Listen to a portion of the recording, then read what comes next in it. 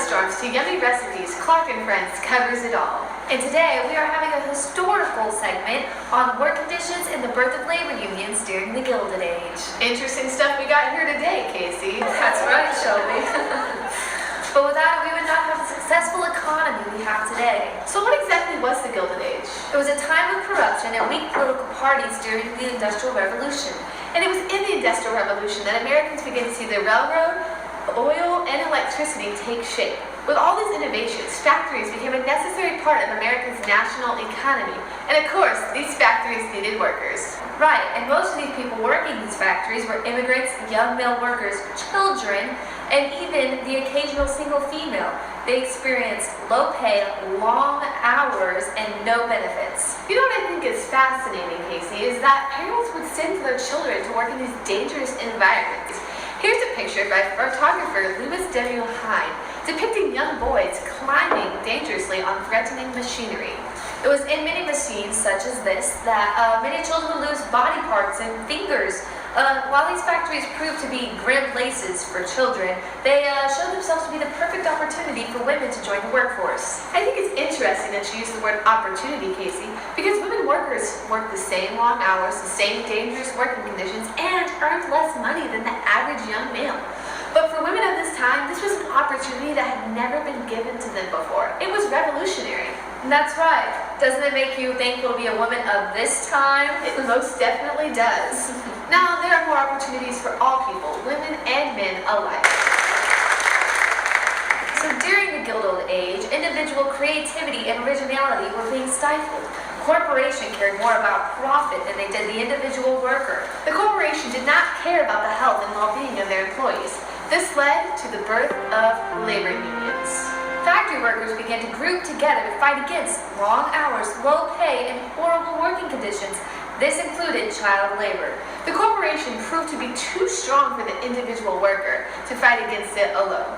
This caused workers to work together to organize labor unions, even though the odds were stacked against them. Employers even found ways to try to prevent labor unions from happening. Their tactics included lockouts to starve their employees into submission, and as if that wasn't bad enough, they would hire scabs, which would take the place of the workers on strike, oftentimes making more money. Furthermore, they would hire thugs to physically attack the labor organizers.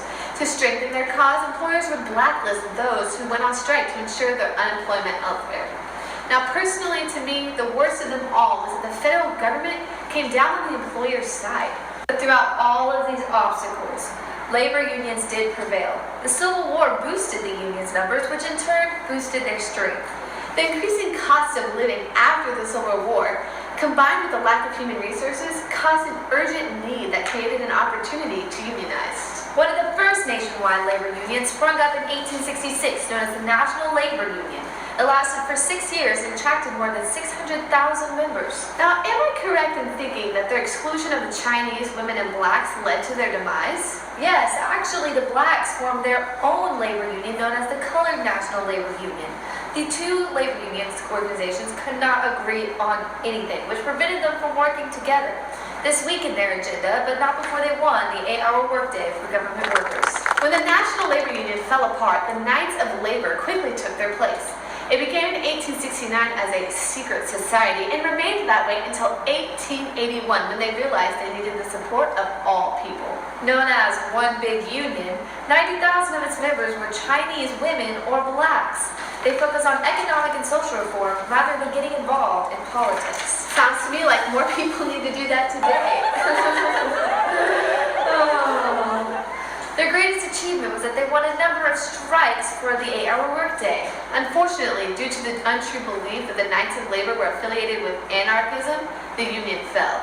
Part of its members fused with the American Federation of Labor. It was a true federation of unions, and it consisted of individual national unions with the American Federation of Labor unifying overall strategy. The problem with the system was that they could not represent each individual worker, even though they did win half of their strikes. Personally, I appreciate Samuel Gompers, the leader of the American Federation of Labor, who said, "Show me the country in which there are no strikes, and I'll show you that country in which there is no liberty." Yes, because without unions, Americans would still be working long hours, experience horrible working conditions, and have low pay. Unions at this time guaranteed the 8-hour workday, child protection laws, safety in the factories, and even fought for Labor Day. Well, Shelby, this has been another enlightening segment of Clark and Friends. It has. Catch us next week for a special trip inside the Clark's kitchen.